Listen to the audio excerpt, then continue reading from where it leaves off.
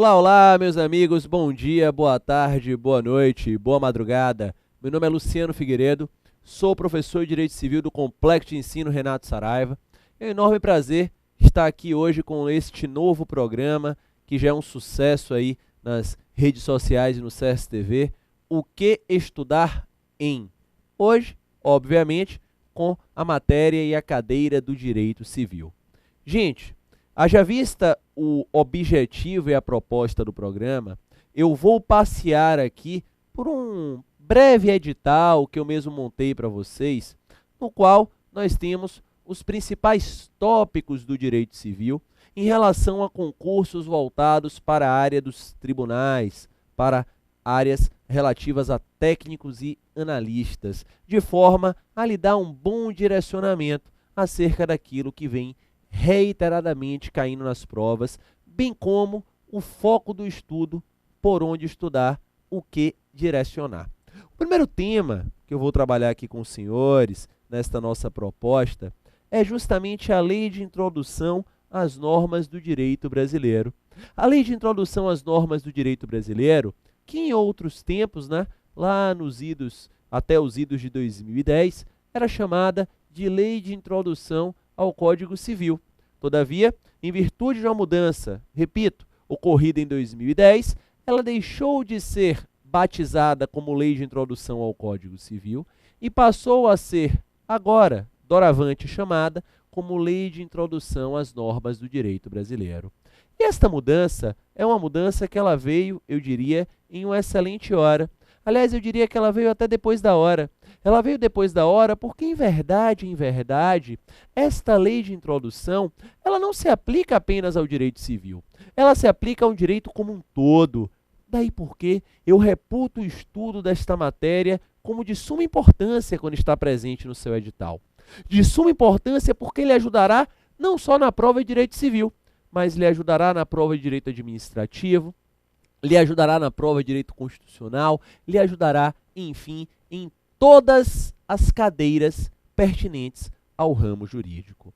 Dentro desta lei de introdução, alguns temas merecem especial destaque. Vem comigo aí na tela. O tema vigência, por exemplo, que é o primeiro subtópico que eu elejo aí dentro da lei de introdução, é um tema extremamente importante.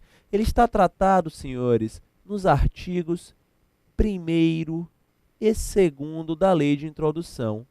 A Lei de Introdução, que é um decreto-lei, na verdade, 4.657 de 42. A vigência vai regular justamente o momento em que a norma passa a produzir os seus efeitos. E aí, amigo, tenham bastante atenção em situações como vacatio legis, cai muito vacatio legis, revogação, cai bastante revogação e repristinação. Vacatio legis, revogação e repristinação caem por demais. Um outro assunto da lei de introdução, passeando aí no seu vídeo, um outro assunto, joga aí na tela, por favor, Ana, na lei de introdução, é a aplicação da lei no tempo. Aplicação da lei no tempo. A aplicação da lei no tempo que está lá, senhores, no artigo 6º da lei de introdução, bem como o 5º, inciso 36 da Constituição Federal. É um tema que dialoga com o direito civil e o direito constitucional. E aí você deve saber sobre ato jurídico perfeito, direito adquirido, você deve ter noção sobre coisa julgada, perfeito. A aplicação da lei no espaço, igualmente, a norma que se aplica ao direito brasileiro, está lá no artigo 7º e seguintes da lei de introdução. 7 seguintes, nós temos lá quais são as exceções quando o direito internacional privado pode se aplicar no Brasil. E para fechar, a integração e a interpretação normativa, que são os artigos 4 e 5º da lei de introdução. Sem sombra de dúvidas, estes são os principais tópicos da lei de introdução. Estes são aqueles que mais pintam em prova. Vencida a lei de introdução e entrando no Código Civil, o tema pessoas, olha aí na sua tela, o tema pessoas é um tema muito bacana, um tema de incidência muito grande. E dentro de pessoas, há personalidade jurídica da pessoa natural, a sua capacidade e a sua morte.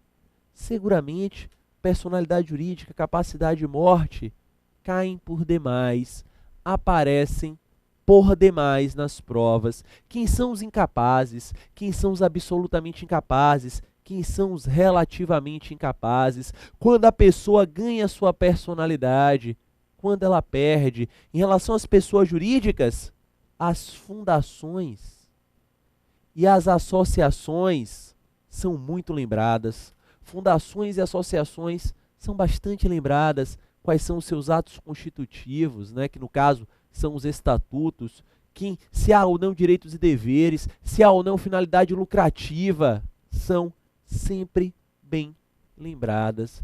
Perfeito. Seguindo na parte geral do direito civil, bens. Bens, o que pinta é a sua classificação.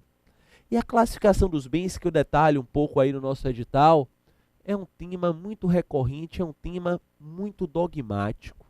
Como assim dogmático, professor?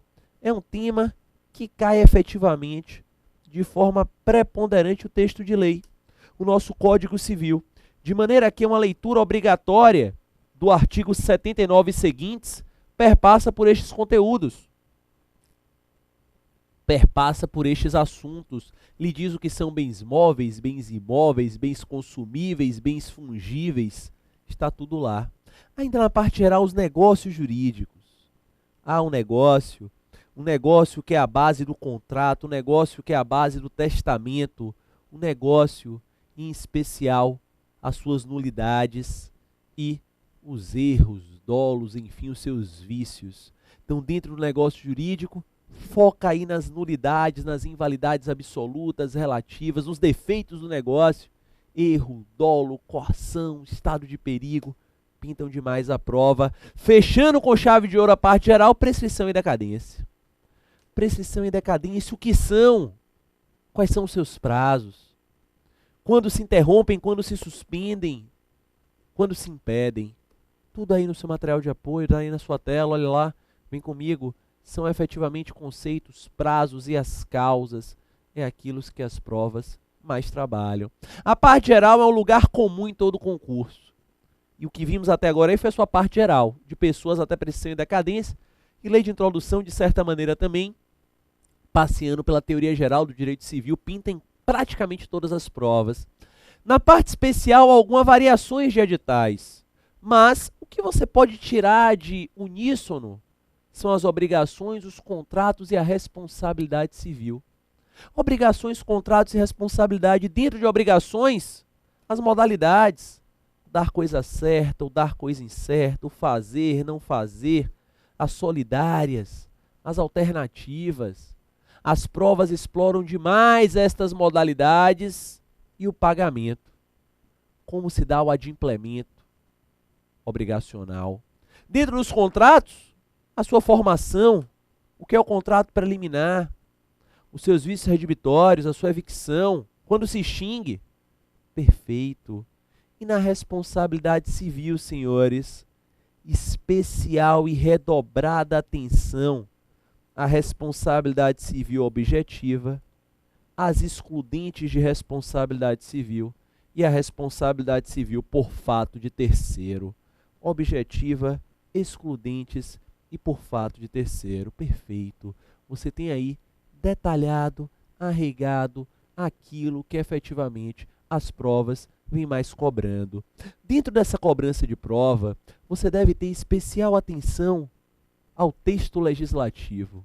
Sim, apesar dos concursos elaborados pelo CESP verticalizarem um pouco mais, cobrarem por vezes uma jurisprudência, um informativo, sem sombra de dúvidas, as provas, sejam CESP ou FCC ou ESAF, enfim, trabalham muito com direito posto, com o texto legislado.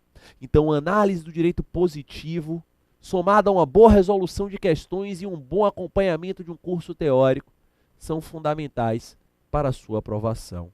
No mais, senhores, venham conosco aqui no SERS, acompanhem os nossos cursos teóricos, os nossos cursos de resolução de questões.